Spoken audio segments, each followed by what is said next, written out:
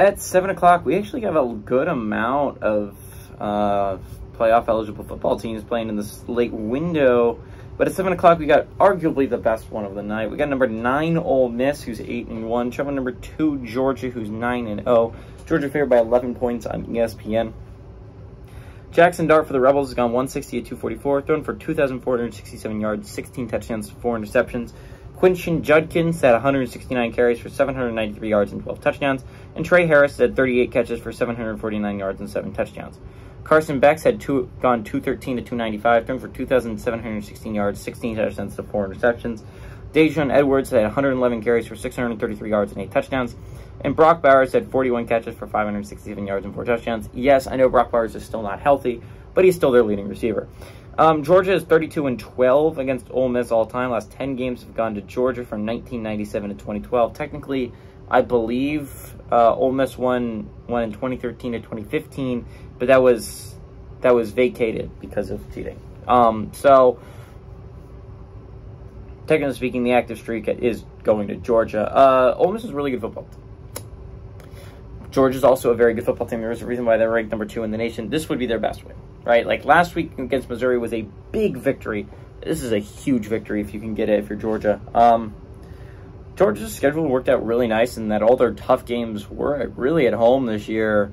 The game against Missouri and game against Ole Miss. To be fair, game against Missouri and game against Missouri couldn't have possibly been foreseen as that hard of a football game at the beginning of the year, as it turned out to be, because Eli Drinkwitz's squad is really playing good football.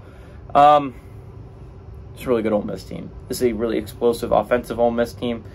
This is an Ole Miss team that's coming off a really tight victory against A&M. That's a good A&M squad, though. I don't really blame them for that. It's a tough squad to beat. A&M plays really good football. But you're going to go on the road. It's the biggest game of your lives if you're the Ole Miss players, right? Because if you win this game, the chances of you losing down the stretch are not astronomical, right? Like, you play next week, I believe, UL Monroe. And then I believe the week after that, you play Mississippi State. So, again, I mean, to be fair, that's a rivalry. It's on Thursday. It's on Thanksgiving or whatever. Like, it's a decently important football game. I'd love for that to be a playoff implications football game. And the fact is, Ole Miss probably is not going to go to the SEC championship. And the fact is, Ole Miss probably has the hardest path to the playoff of all Power 5 football teams. Because you needed that LSU to beat Bama. Because right now, you are a game back on Bama, and Bama has the tiebreaker. Which means for you to have any shot to go into the SEC championship game, you need Bama to lose to Kentucky today, and they need to lose to Auburn in their last game. It's their Ole Miss's only shot of going to the conference championship game. So basically, you're probably not going to go to the conference championship game if you're Ole Miss. On the other side of things, right, if you're Ole Miss, it's really hard to imagine. But that seems hard. It's not going to happen. But here's the other thing about it. You need teams to lose to have a chance at the playoffs, right? You'd like Georgia to be as good as humanly possible. You'd like Georgia to win the SEC championship game and go. But you'd need another conference to more than one conference to completely collapse, right? You would need the Big 12 and the Pac-12, or the Big 12 and the ACC, or the Pac-12 and the ACC. You'd need like 2 conferences to completely collapse to get it to a debate, right? And then that even seems unlikely, because if Ohio State or Michigan's sitting at home with their only loss to the other one, it's going to be a better loss than Bama, and they're probably in the playoffs.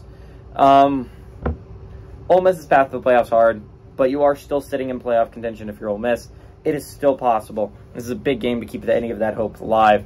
You need to go on the road. Ole Miss's offense is elite. I'll give credit to Georgia's defense. They've been playing some really good football lately. They held a Missouri offense that I think is really explosive in check.